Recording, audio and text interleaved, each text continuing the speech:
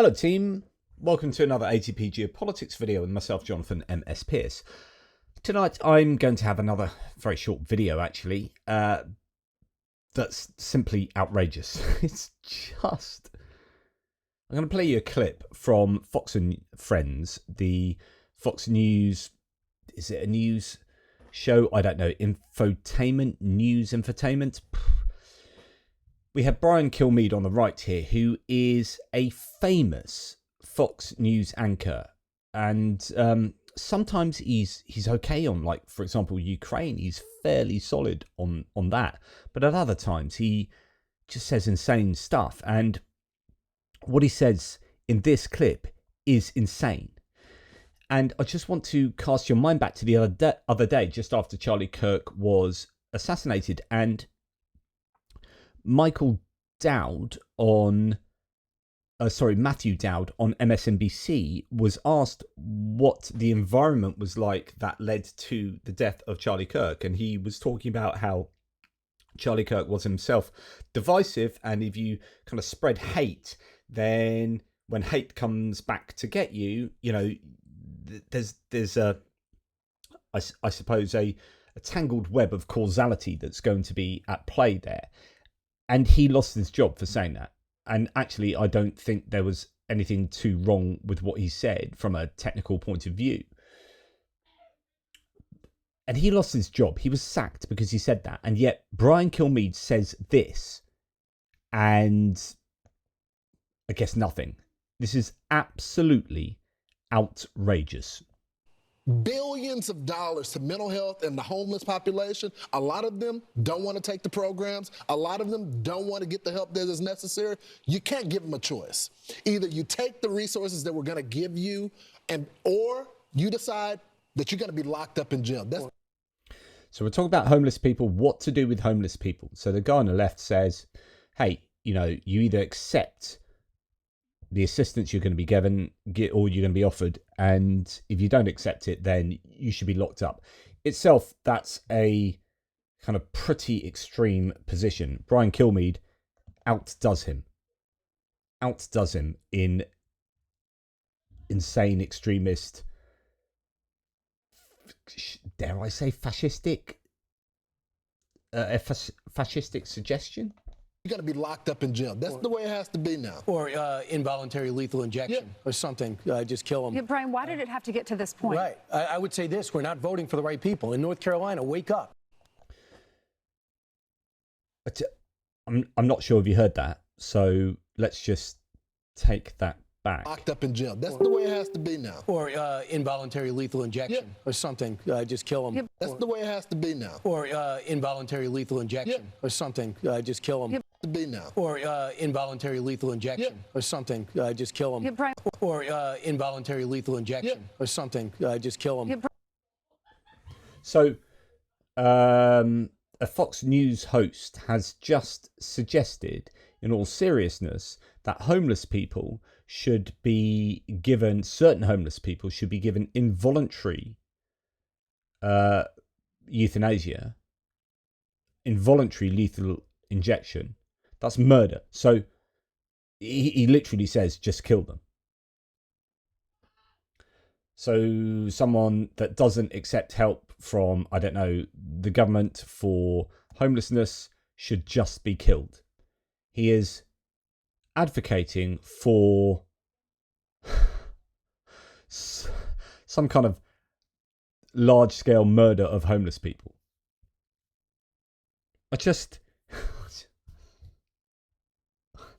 I don't know what's going on in the world at the moment. The rhetoric I'm seeing online in light of Charlie Kirk's death is insane from all quarters, but particularly some quarters. And I'll get into that in another video. I've watched some stuff today that is openly advocating for Donald Trump to start a civil war. Just really worrying rhetoric. And then you're thinking, okay, these are just wingnuts online. This is just someone with a TikTok that's spouting out their hateful nonsense. Okay, you know, whatever. And then you go to mainstream media, or really a propaganda outlet for the Trump regime. And you have Brian Kilmeade suggesting, in all seriousness, that there should be a large-scale murder of homeless people.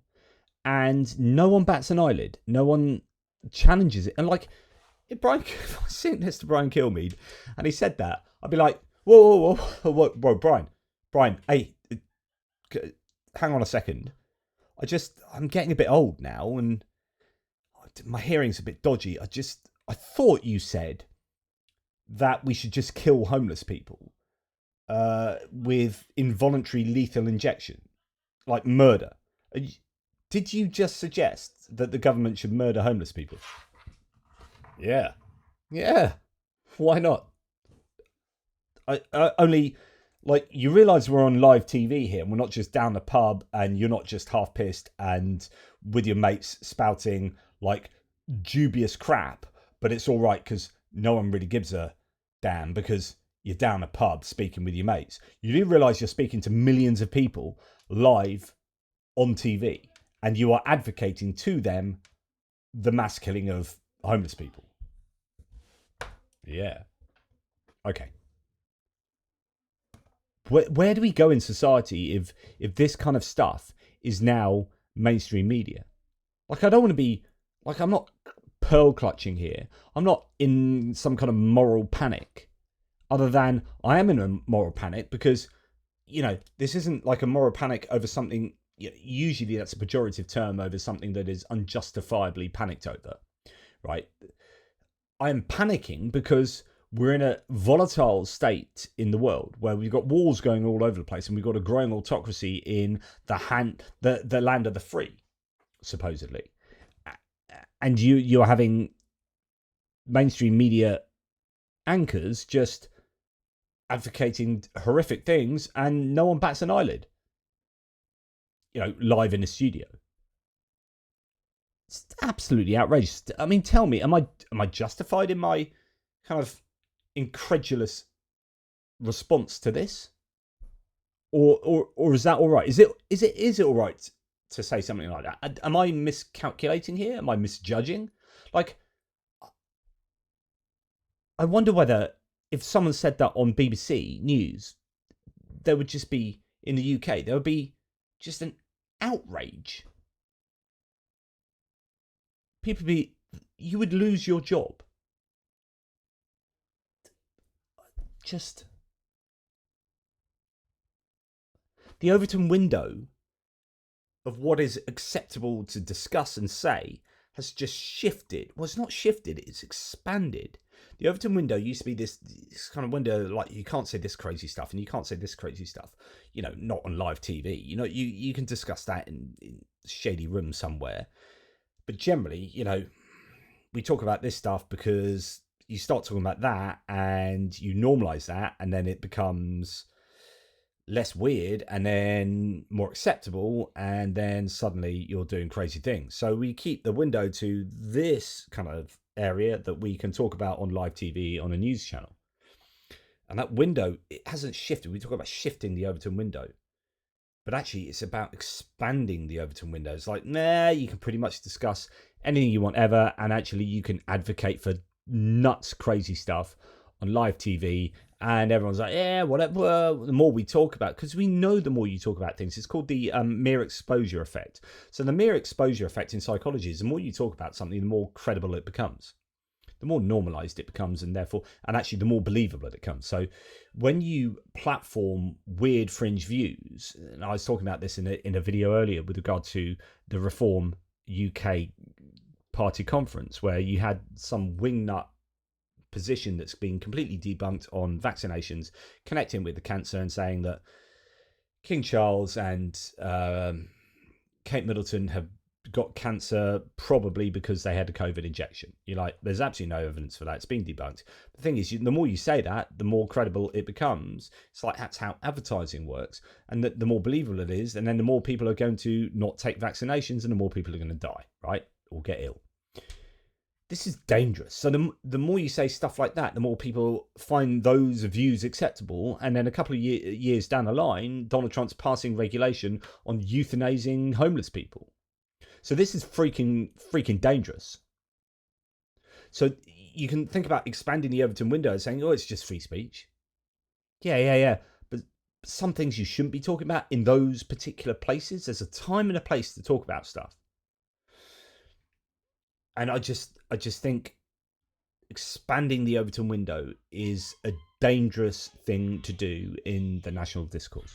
And anyway, I think this is very worrying.